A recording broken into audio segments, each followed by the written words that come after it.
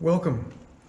I'm Charles J. Adams III, author of several books on ghost stories and ghost storyteller. And we're here at the Berks History Center, and we welcome you aboard for this next few minutes of ghost stories from the Center Park Historic District, which I have renamed Center Park Haunted District. Why? Center Park here in Reading is sort of the anchor of the Route 61 corridor, which I have called the Haunted Highway of Pennsylvania, because virtually every town, every village, every city along Route 61 from here, where it begins, just a couple blocks from where we are right now, up to where it ends, just a couple blocks from a place called Centralia, Pennsylvania's most famous ghost town. Every municipality along the way seems to have a ghost story connected to it, or some sort of deep folklore or legends. Therefore, it is Pennsylvania's haunted highway, and we are in the haunted historic district of that highway at the History Center. I'll tell you about that in a few minutes, but just about 3 or 4 blocks down the road, down the street, Center Avenue, is one of the most haunted places in the city of Reading. It was, and I don't know, it may still be, I think it's in flux right now, a bed and breakfast called the Overlook Mansion. Some of you may have been on tours of that mansion over the years, the ghost stories that took place there, and I think, well, I'm sure still take place there. It is one of the glorious old mansions of the city historic district. It was called Overlook because it then overlooked the city of Reading, which is way down there. But the ghost there is fascinating. I should say ghosts plural because there are several. When it was a bed and breakfast, and imagine this happening to you, you're staying at a beautiful bed and breakfast. Let's say you don't care a whit about ghosts, you don't know anything about any ghosts there, but you settle in for the night in your lovely furnished room on the second floor of that wonderful place, and you're lying in bed, you're just about asleep. All of a sudden you feel someone tugging at your blanket or your sheet that's covering you. Somebody down there at the bottom of the bed, something is pulling the sheet or the blanket inch by inch from you. You are panicked, of course. What is going on? Is somebody playing a trick on me? My husband's right there, my wife's there, but there could be not, it's not them, they're asleep. What's going on? You get up and you see a flash of light and you hear a thump sound. Or perhaps you see a door slinging open slowly and then slamming shut. Something has been in your room, but it's an invisible something. Not a human being. There are no people there, but there are ghosts there. And the ghosts there at that Overlook Mansion did those sorts of things. When you think about it, it's not terribly harmful, pulling the bed sheet down, but in the middle of the night, you're trying to go to sleep, yeah, that's kind of scary. So we have that kind of ghost there. Go up the street a little bit, you have another bed and breakfast, the Inn at Center Park. Still an active and lovely bed and breakfast, still very, very active.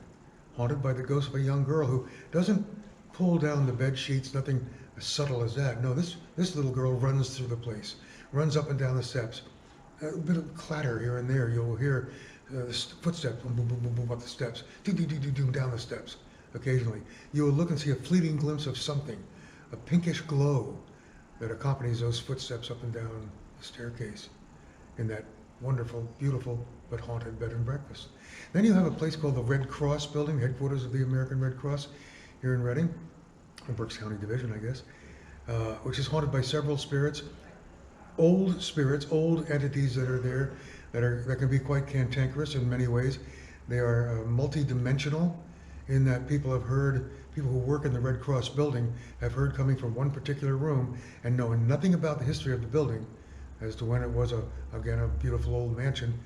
They know nothing about that, who lived there. They don't care about that. They got to go to work every day in hopefully a nice, peaceable place of employment. But they will hear occasionally somebody shooting pool. Very distinct but echoing sound. It's coming from somewhere, not necessarily this time, but that place. They'll hear somebody shooting pool in a room that is now an office. But they know they heard from that room the sound of someone shooting pool. Well, back in the old days, when that was a mansion, that was the pool room. And 2 people died in that room over the years. And they were avid pool players. And it's believed that their spirits, their ghosts, remain there shooting on a phantom pool table. It's also haunted by the spirit of a young girl who worked in that building when it was the Red Cross building and went to lunch. A lovely young lady, loved by everyone there. She went to lunch, didn't come back after an hour, 2 hours. Rest of the day, she did not return from lunch. Totally unlike her. At the end of the day, the director there panicked, wondered where she might have gotten to, called her home, nothing, and then was later, within minutes, advised that that girl who went to lunch that day and never came back would never come back alive. She was actually murdered during her lunch hour. But she has come back in the afterlife as a ghost, a very peaceful, tranquil ghost who so loved that place and those people probably that she returns. So those are the kinds of stories you have in the Center Park Historic District. And then right across the street, we're in the Berks History Center. Right over there, over my left shoulder, is St. Margaret's School, haunted. Many times you research a ghost book for a ghost book, as I did, and I was told that a Catholic school was haunted. I'm thinking, oh, this ought to be interesting, trying to get the information from certain people. You don't go to a nun and say, I hear your building's haunted.